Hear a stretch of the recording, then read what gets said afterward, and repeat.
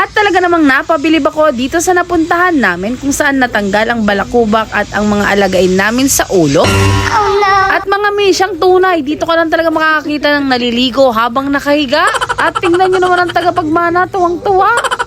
At bago ko nga kayo ilibot kung saan kami galing ayan nga, nakapag food trip pa kami. Bago nga ito nakakain pa kami ng fried chicken, tapos itong ihaw. At sumunod naman ang milk tea na kung saan nakita namin ang tapioca pearl nasa kawa. At dagdagan pa na bago sa mata ko na merong asukal sa taas tapos susunugin mga mi. At matatagpuan nga lang yan dito sa Herbosa Street, Tondo, Manila. At matapos nga naming mabusog ayan, hinanap na namin itong Bella Talita Beauty Lunch kung saan dito yan matatagpuan sa 391 Herbosa Street, Tondo, Manila. Second floor, DM Venegas Building. At dito nga nag-rate sila ng as low as 999 pesos. At sa pagpasok ko nga dito bubunga ditong napakagandang ambience. At bago nga nagsimula pinapirma nga ang tagapagmana.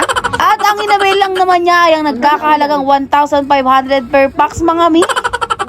Sa susunod talaga kapag nag-aya to, papakash ko na lang. At dito nga, isa-isa naming i-flex kung ano ang ginawa sa amin. Sinisimulan pa nga lang, talaga namang parang mahimbing na ang tulog ko, mga mi.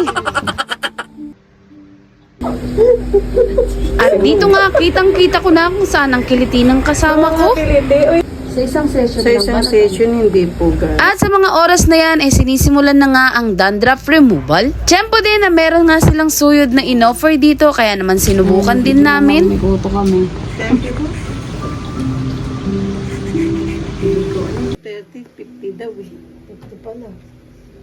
At dito nga napatunayan nila na kaya nilang bawasan ang kanilang nakikitang mga dandruff. Sa kanila na rin naman ang galing na hindi ito matatanggal ng minsanan lang. Kaya syempre kung may pagkakataon at may budget, why not masundan, 'di ba? Para tuluyan matanggal ang talagang iniinda natin sa mga buhok kagaya ng kuto or mga dandruff. At isa nga sa ikinamangha ko dito ang kanilang aesthetic na shower. Mga mi, literal na nakahiga ka habang naliligo. At ayan nga, habang sinusuyod pa ayan lalong lumalabas ang dandruff na napakadami, o diba sulit na sulit. At bilang first time ko nga na maranasan to, feeling ko naman talaga sulit ang binayad ng ating tagapagmana.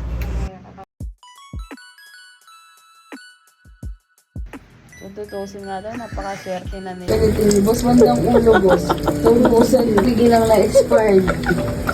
At ilang beses ngang may pinahid sa amin dito, ewan ko na lang talaga kung hindi kuminis ang mukha namin. Char. At ito nga mga mi, ang pinaka nagustuhan ko na nilagay sa mukha ko, ang face mask para sa skincare. At talaga namang kinikilig ako kapag nakikita kong masaya ang tagapagmana dahil minsan lang yan sumaya mga mi dahil sobrang dami ng stress sa buhay. At dito nga nasunod na ang arm massage. Promise, napagaling ni ating magmasahe.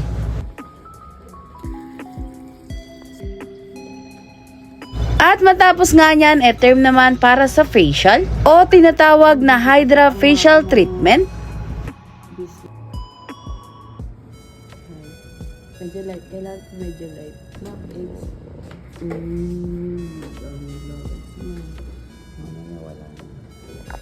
At kung nakarating ka nga dito sa part ng video na to, pagkakataon mo na para i-like and follow na rin ako. At syempre para i-share na rin ang video na to para naman maibahagi natin sa mga taong gusto rin mag-relax sa buhay. At sa mga nais ka magpa-reserve ng kanilang slot, dito i-PM nyo lang ang page nila.